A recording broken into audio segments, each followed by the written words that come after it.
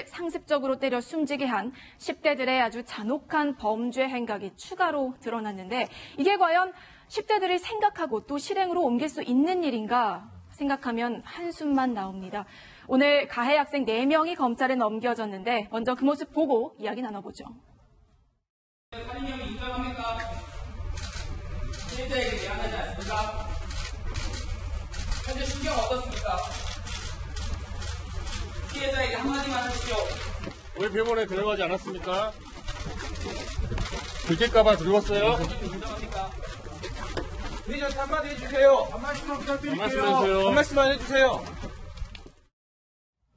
네, 검찰로 압송되는 모습을 함께 보고 오셨습니다. 아무 말도 하지 않았고요. 원래 입건할 때는 폭행치사였는데 송치할 때는 살인죄로 혐의가 바뀌었어요. 네, 광주시에 있는 원룸에서 함께 지내왔던 친구를 무차별 폭행해서 사망에 이르게 한 10대 학생 4명. 경찰이 오늘 검찰에 이들을 송치하면서 적용한 혐의가 살인입니다. 원래 구속될 때는 폭행치사였는데 검찰에 넘기면서 살인으로 혐의를 바꾼 거예요. 네. 이 살인죄가 성립하려면 사람을 죽일 의도, 살해할 의도가 있거나 적어도 이렇게 하면 죽을 수도 있다. 이런 사실을 알고 있어야 되는데 경찰은 그렇다고 본 겁니다.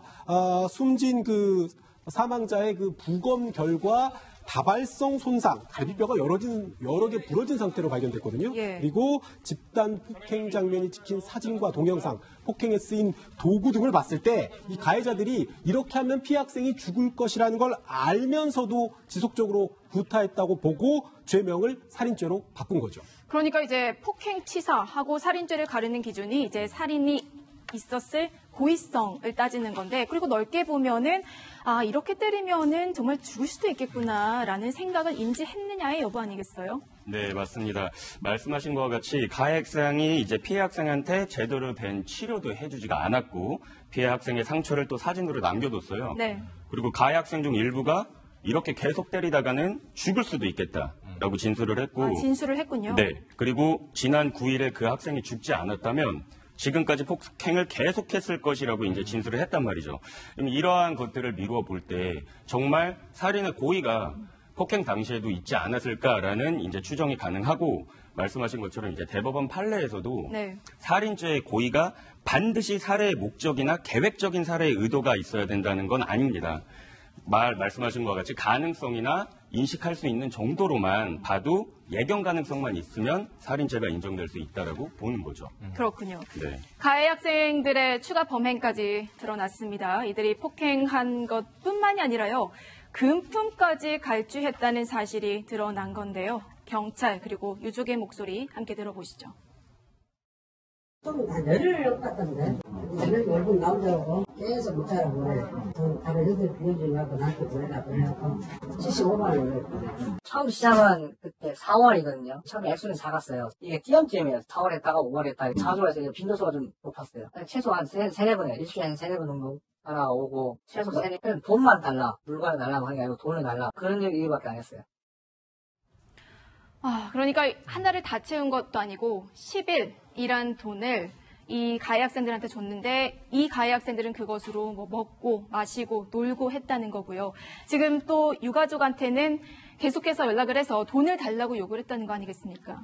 그렇죠. 이 사항을 보게 되면은 가해자들이 피해자가 이제 그 주차 요원으로 아마 했던 것 같아요. 여러간. 그 돈을 다른 사람 주지 말고 나한테 송금해라. 근데 그 협박성이기 때문에 공갈을 적용한 것 같아요. 그리고 돈을 안 받았다 하더라도 계속 달라고 하면은 변호사님 계시겠지만 공갈이라고 보거든요. 만약에 가해자들이 폭행 협박이 심해가지고 한거불능이면 강도죄를 적용할 텐데 네. 공포만 느낀 거예요. 아까 변호사님 볼 때 그 살인죄 적용했을 때 법률용어로는 미필적 고의라고 하는 것 마찬가지로 이 피해자한테 가해자들이 계속 때리기도 했고 돈을 요구했기 때문에 아마 제가 보기에는 때렸을 현장 당시에서 돈을 뺏었으면은 강도죄를 적용했을 텐데 네. 그렇지 않기 때문에 아마 그거보다 약한 공갈죄를 적용을 하고 또 돈을 안 받은 것에 대해서는 미수이기 때문에 공갈미수로 경찰에서는 적용을 할 것 같습니다. 그러니까 이들에게 적용된 혐의는 총 살인, 공갈 미수가 되는 거군요.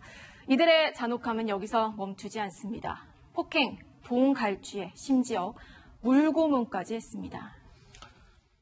물을 싫어하는데 피해자가 이게 막 시합으로 물을 막 뿌려야 돼. 하지 마 하면서 바람을 코를 이렇게 쳐버리고 코피가 나왔어. 열받은 게 세면대에다 물 따라 타고놓고 머리 치고 나오더라고요. 저런 물 뿌리고 굉장히 폭력의 정신과 육체가 머리가 되는 거 아니에요?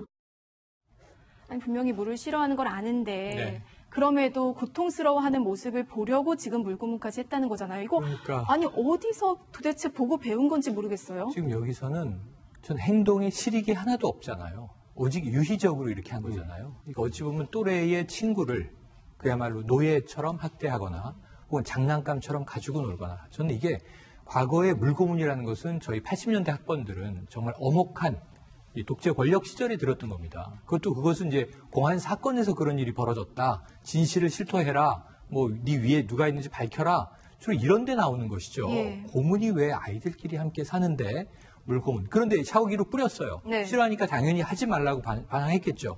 그래서 전 여기서 얼굴을 때려서 코피가 흐르면 미안한 마음이 들지 않을까요? 당연하죠. 멈출 텐데 아니 자기가 왜 열을 받았다고 아까 표현을 쓰셨는데 자기가 화가 날 게 뭐가 있어요? 자기가 나쁜 짓을 지금 했는데 고통받는 친구의 얼굴을 세면대에 물에다 집어넣었다?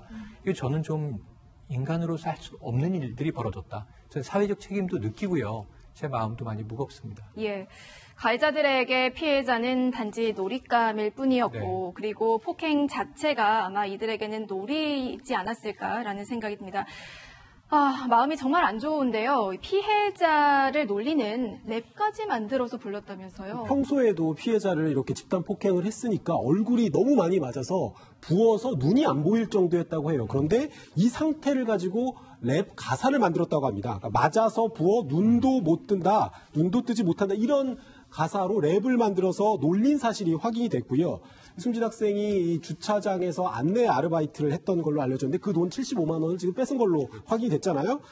그 내용도 역시 랩 가사로 만들었습니다. 주차장에서 봉을 흔들면서 번 돈 75만 원 어디 있냐? 뭐 이런 식으로 랩 가사를 만들어서 놀렸다고 하는데 그러니까 누군가에는 정말 끔찍한 고통이었던 내용이 이 사람들 가해자들 내 학생에게는 즐거운 놀잇감 그냥 랩 가사 소재였던 거예요. 그러니까 어떻게 보면 타인과 소통하는 최소한의 공감 능력이 있는 사람인가 이 부분이 일단 의심이 되고요. 랩이라는 장르가 원래는 외국에서 그 소수 인종들이 자신이 당하는 울분이나 이런 부분들 사회에 대한 분노를 표출하려고 하는 장르고 뭐 배틀 이런 걸 하다가 상대를 깎아내리는 이른바 디스라고 하는 걸 하는 건데 이 친구들은 그러니까 자신이 피해를 안겨줬던 피해자의 고통을 디스하면서 웃고 즐기고 가학적으로 놀았던 겁니다. 이게 피해자가 단지 10대에 불과했습니다. 얼마나 예민한 시기입니까? 폭행에다가 따돌림까지 당했으니까 그 고통이 이루 말할 수 없었을 것 같아요. 그 마음이 그대로 전해지는데 끝내 사망했고요.